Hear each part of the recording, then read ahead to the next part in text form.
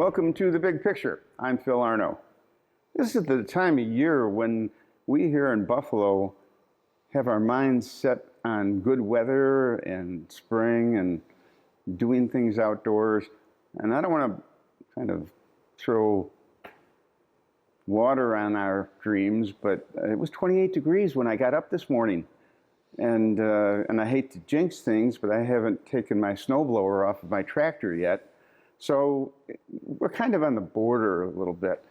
But people are starting to think about good weather things, and that brings some of us into the idea of looking for a new home to buy, or maybe just window shopping a little bit.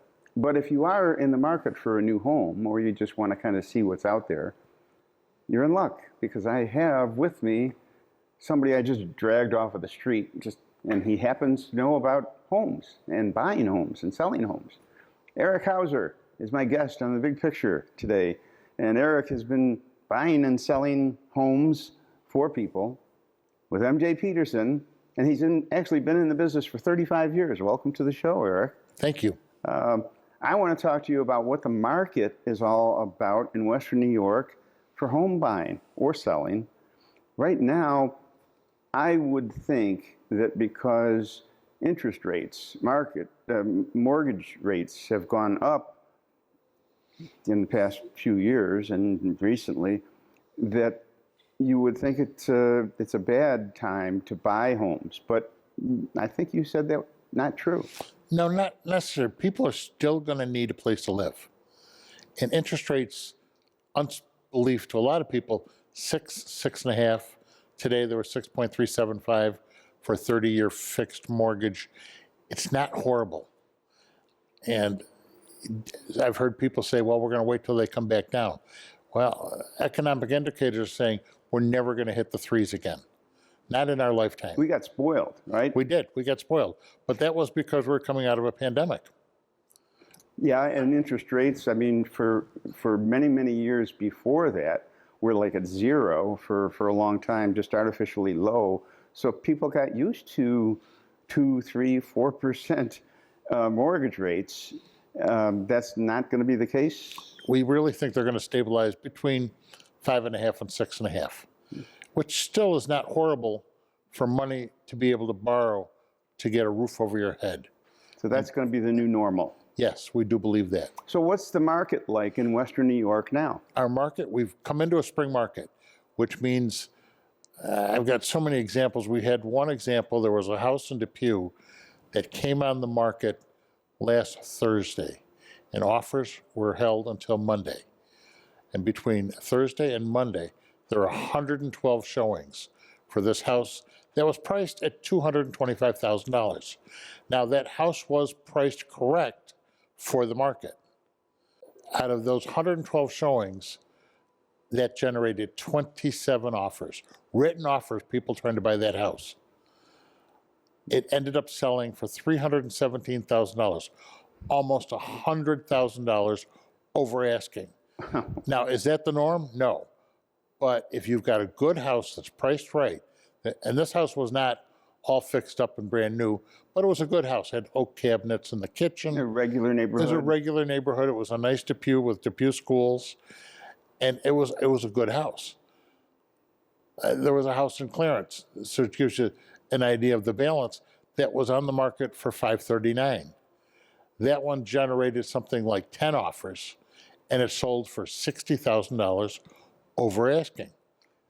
Is that unusual? I mean, when you put a house properly priced on the market, typically in this market now, what we're talking about, if it's properly priced, wheeling and dealing, buyers come in and they try and bargain with you. Are you expecting in this market to get what you're asking, or to get a little bit below what you're asking, or the examples that you just gave? Yeah. If it's in good condition, or if it's in a hot neighborhood, if it's in good condition and priced right, then you're comparing it to houses of its like kind. You can expect maybe a little bit over.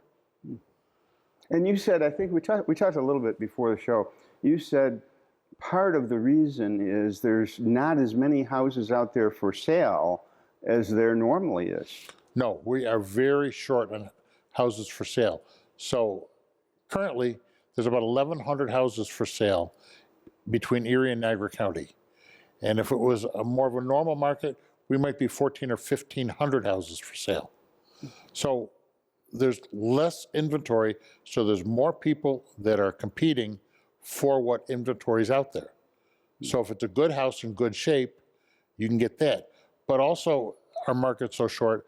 I had listed a house about 3 weeks ago in North Buffalo, and it needed a fair amount of work. It was an estate. The owner had passed away before he could finish it. So I needed drywall work. They needed to hang some doors. They needed to hang some kitchen cabinets.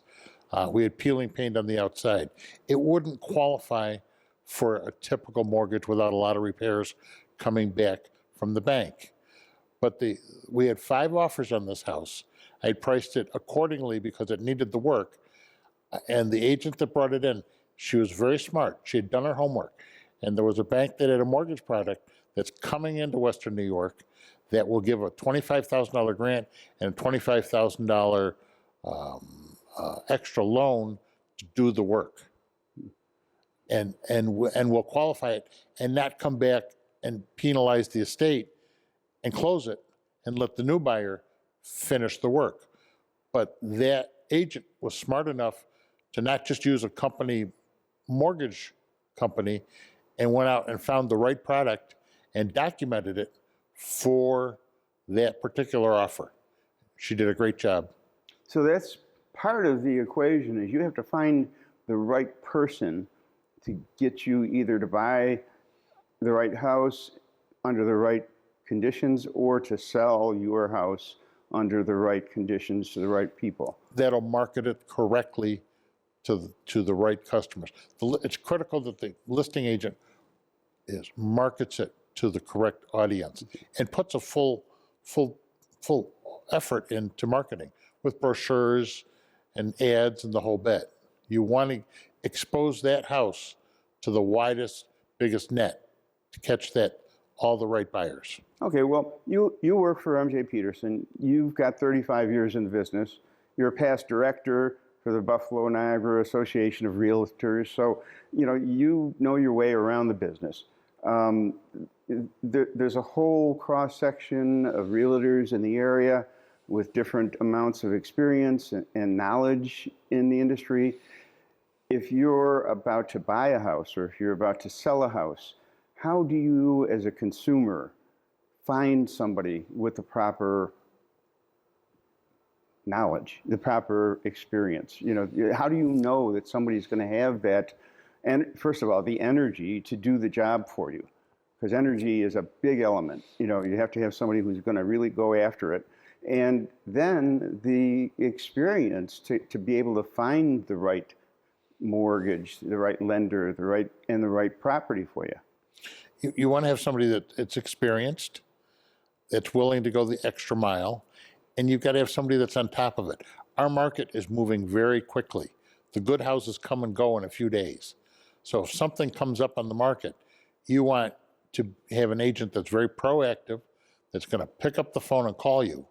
Even if you're getting emails, I circle back to my customers 2 or 3 times a day if something comes up and say, come on, we got to go. Because the house you looked at today was the one that somebody looked at yesterday that was putting in an offer today. Well, but see, this is an age-old dilemma. If I'm, looking for the proper doctor to take care of me, I'm kind of in the dark because I'm not a healthcare professional. If I had a brother that was a doctor, I would go to him and I'd say, hey, who's good in the area? Who do I go to, to have, this condition looked at? Same thing, you're in the business. If you have, a relative come up to you and say, this is what I need, you know how to take care of it. If it's an average consumer, how do you find out? It's just like, throwing something at a dartboard. Who do you pick? Well, the best thing is there's the old philosophy, especially about Western New York, that we're one big living room. So you want to talk to your friends and your neighbors and say, who do you like? Who do you recommend and why? And you maybe not just call the sign on the lawn. You want to see who's on top of it, who's responsive. Because the more information you have as a consumer, the better decision you're going to be able to make on the resale of your house or the one you want to buy. Okay, so word of mouth is very big. Yep. Yeah. And the same thing with financial institutions. Is that something that your broker helps you with? Well, they don't usually. A lot of times there's the broker company line that says we support our own company bank, but there may be a better product out there that is not through the company bank that might be a better fit, whether it's cheaper closing costs, whether it's a better interest rate, or if it's a grant that's available that comes along with it. I mean, there's a couple of big banks here in Western New York that has a $30,000 or $40,000 grant with it. And they're the only bank that's got that grant. The other banks don't have the grant. So, you also, it's got to be the responsibility of the buyer to do their own research. Who's got grants? And with the internet, it's easily done today. We've got about a minute left in this segment. The different areas in Western New York, you were talking about Erie and Niagara County. Does the market vary depending on where you go throughout Western New York? Price-wise, it will vary. The closer to an urban center, usually the higher prices are because people want to be close to where they work. Today, it's easing a little bit with people working at home. But home is where the heart is, so you want to have a nice house. So we're finding people are, they're taking time, but they're finding that they're in a multiple offer situation that they're going to have to be aggressive on their offers. Okay. All right. Well, we're going to wrap up this segment. And when we come back, we're going to talk about finding contractors if you need to have your house worked on a little bit to get it ready. Perhaps what's the difference between buying a house and building a house? Is there a difference in cost? There's a lot of different elements to the finding a new home. And if you are there rubbing your hands together because you think you're going to get a lot of money for selling your house, the downside is you got to go someplace. You got to buy a house. So be careful what you wish for. We'll be back in just a minute after this, and we'll get right into those subjects.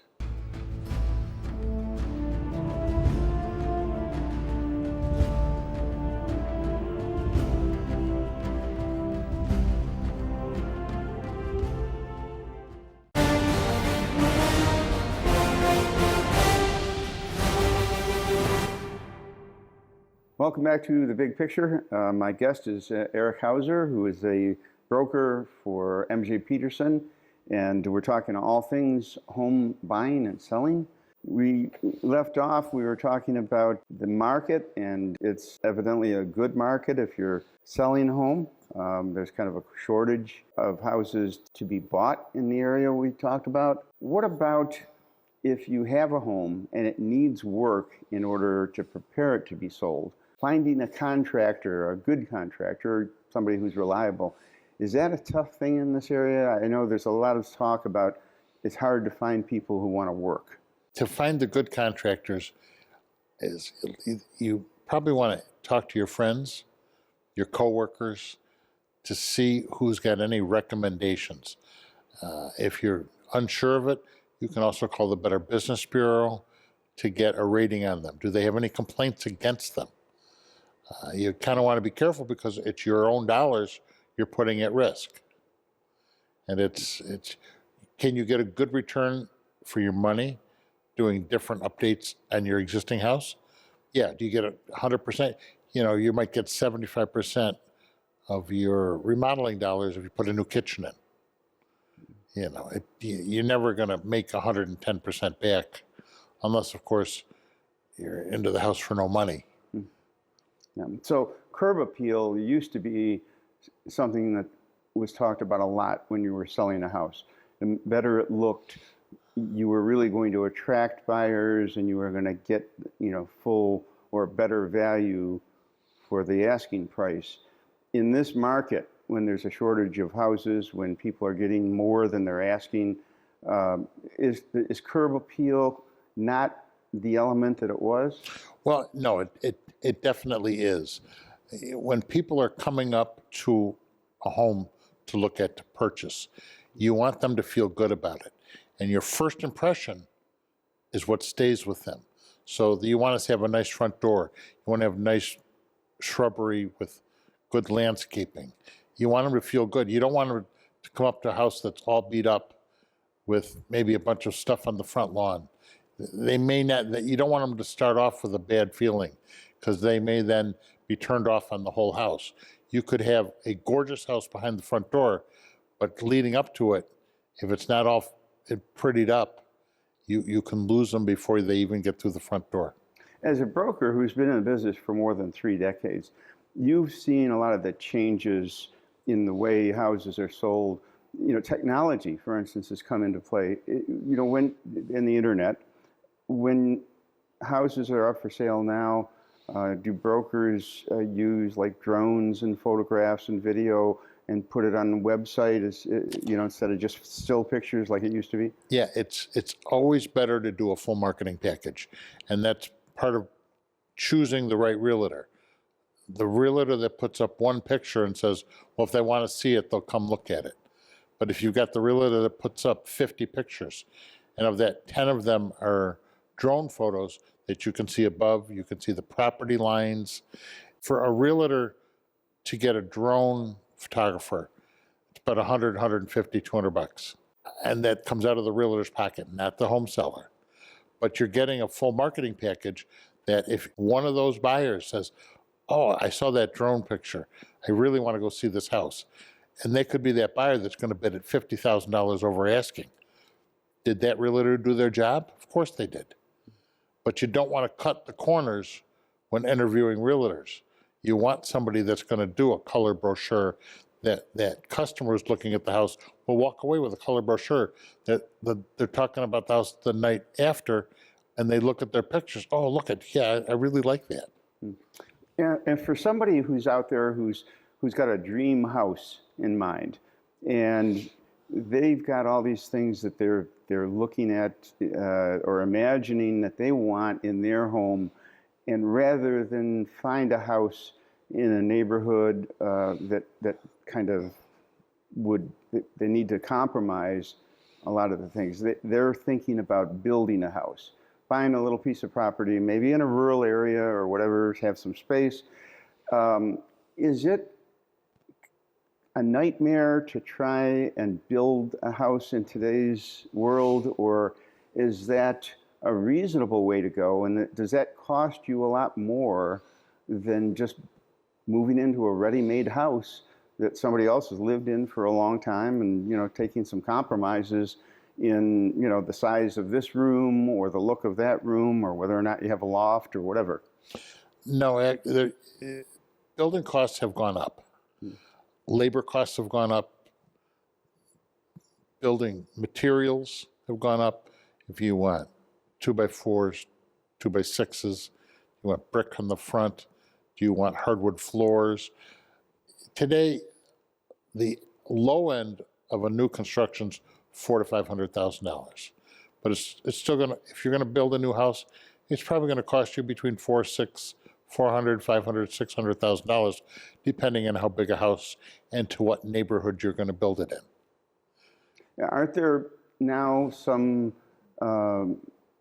companies that have prefabricated houses that can put walls up fairly simply and so on?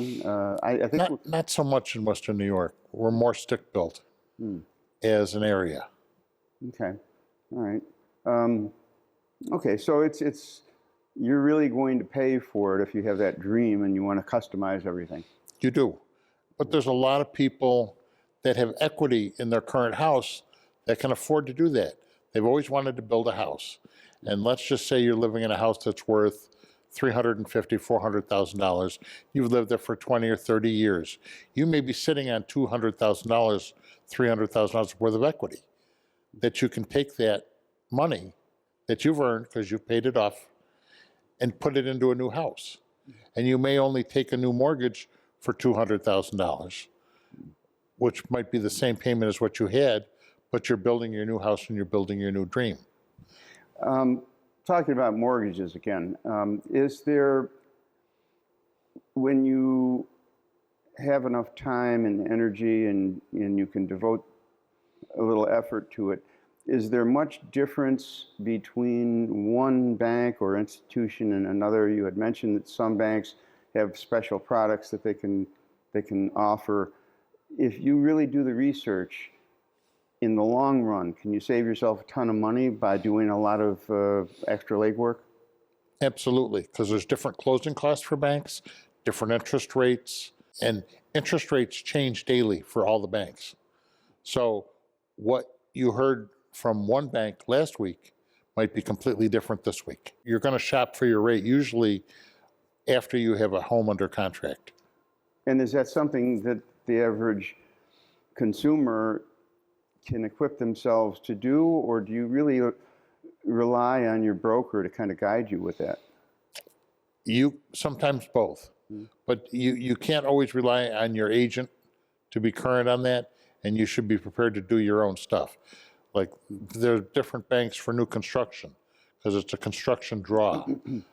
That there's like 2 or 3 banks that do new construction that specialize in it, and you're better off going with somebody like that than just your typical bank. Credit ratings come into play on things like this too, right? Very critical. You need to have good credit ratings, and that can also affect your interest rate that you're going to pay. The higher the credit rating, the less interest rate that the bank's going to quote you. What about first-time home buyers? Are there special programs to get young people or people who've never owned a home? There are. There are first-time home buyer grants. New York State has their Sunny May program. There's a number of first-time home buyers that'll help buyers also save for a down payment.